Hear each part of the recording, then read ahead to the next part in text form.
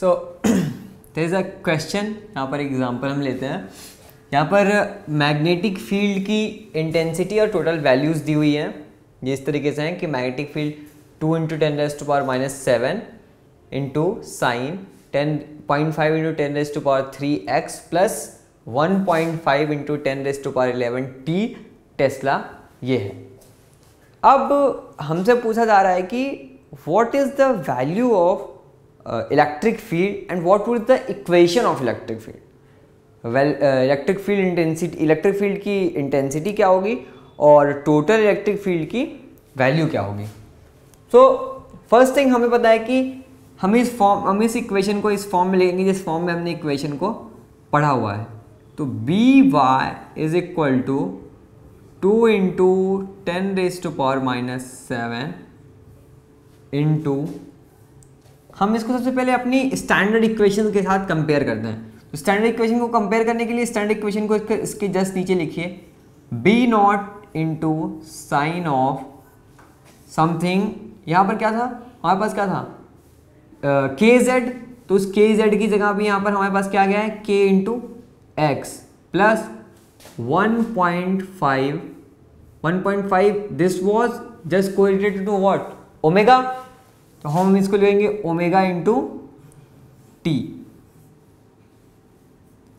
अब ध्यान देने वाली बात यह है कि if the magnetic field is in the Y direction, wave is travelling in the X direction, तो electric field will be in the Z direction.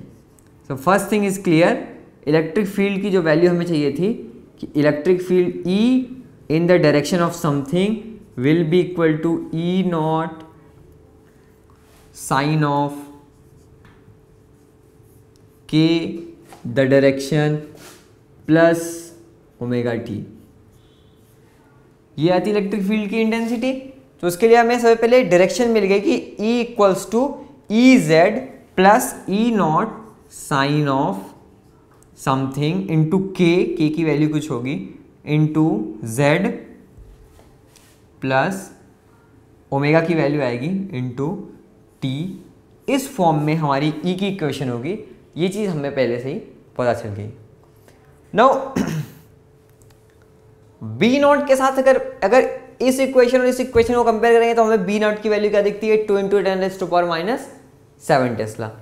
तो हमें क्या पता है, E/B इक्वल्स टू C।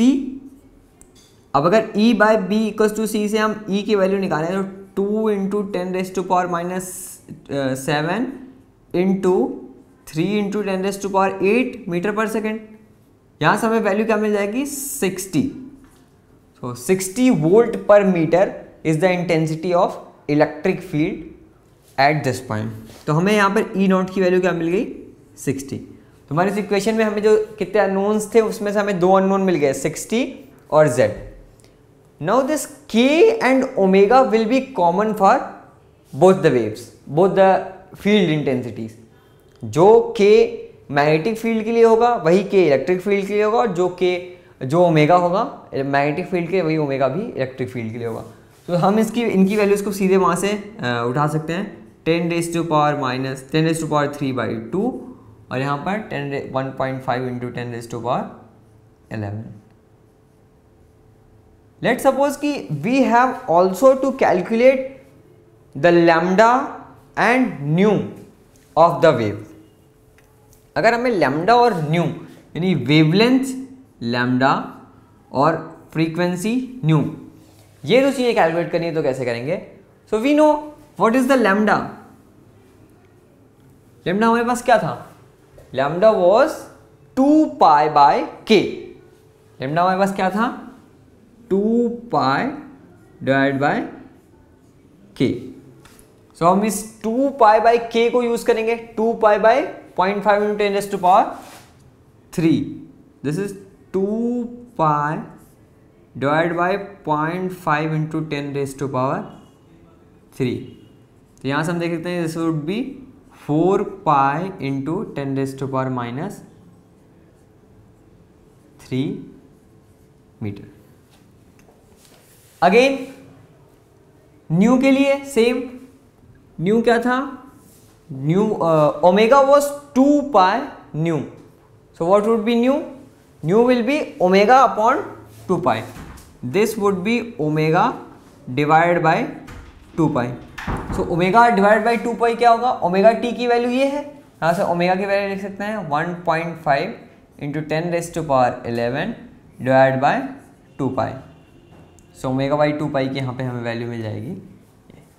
सो इस तरीके से हमने किसी भी एक वेव की इक्वेशन ली और उस वेव की इक्वेशन से हमने उस वेव के सारे कंपोनेंट्स को, ओमेगा को, न्यू को, ई को, हर एक चीज़ को, अगर हमें वेव का कोई एक कंपोनेंट मिल जाए तो बाकी सारे कंपोनेंट्स को हम आसानी के साथ डिराइव कर सकते हैं। So this is the one type of question. Second type of question क्या आ सकता है कि किसी भी वेव की इक्वेशन दी हुई है और हमें पता है कि इलेक्ट्रिक फील्ड और मैग्नेटिक फील्ड के साथ कुछ एनर्जी एसोसिएटेड होती है, तो उस एनर्जी से हमें क्या पूछ सकते हैं कि what is the radiation pressure P। तो radiation pressure P will be equals to U by C।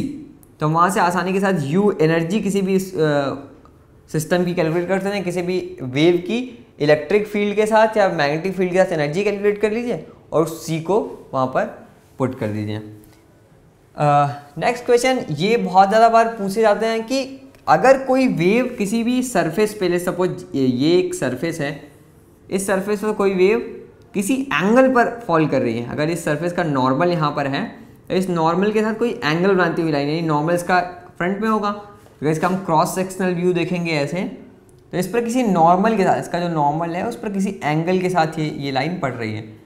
If this is theta and this is alpha, तो जो हमारी P होगी, जो हमारा रेडिएशन प्रेशर P होगा, that would be 2U divide by C into cos of theta, और this would be 2U by C into sine of alpha. हम ये भी देख सकते हैं कि theta is equal to 90 minus alpha, तो यहाँ से अगर हम इस थीटा को यहाँ पे पुट कर देंगे तो this would B already change. तो हमें अगर इन दोनों में से कोई एक भी एंगल पता है तो हम आसानी से P equals to U by C निकाल सकते हैं, और ये P जो होगा this would be change in momentum. और अगर हमें कभी भी फोर्स निकालना हुआ, we have to calculate force, force would be what? P divide by T। P क्या होता है यूजुअली?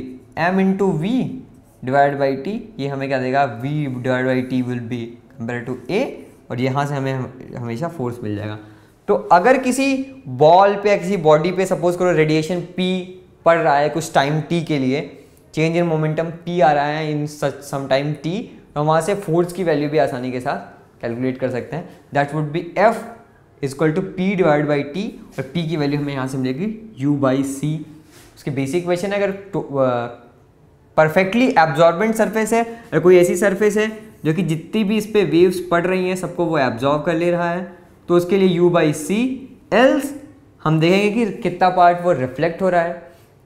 यहाँ पर एक और वेरिएशन हो सकता है किसी भी क्वेश्चन में कि लेट सपोज कि उसकी वो कुछ ऐसा सरफेस है कि सरफेस अपने ऊपर पड़ने वाली सारी वेव्स का 60% परफेक्टली रिफ्लेक्ट कर देता है, 60% परफेक्ट रिफ्लेक्ट कर देता है, बैक हो जाती है, और 40% परफेक्टली एब्जॉर्ब कर लेता है, 40% एब्जॉर्ब कर लेता है।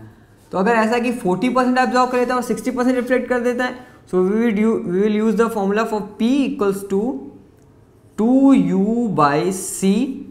अब 2U बाई C किसके लिए लगता है? कभी भी अगर रिफ्लेक्ट कर रहा हो, into 0.6 plus 0.4 into U by C। तो this is for the part जो कि एब्जॉर्ब हो रहा है, और this is for the part जो कि रिफ्लेक्ट हो जा रहा है टोटल। तो जितने भी वेरिएशंस आएंगे उसको हम बहुत आसानी के साथ अब टैकल कर सकते हैं। एक इलेक्ट्रोमैग्नेटिक वेव की अगर कोई इक्वेशन दी हुई है तो उस इक्वेशन से उसके डिफरेंट कंपोनेंट्स, और इलेक्ट्रिक फील्ड अगर दी हुई तो मैग्नेटिक फील्ड, और मैग्नेटिक फील्ड दी हुई तो इलेक्ट्रिक फील्ड को निकालना, and this one is the another variation.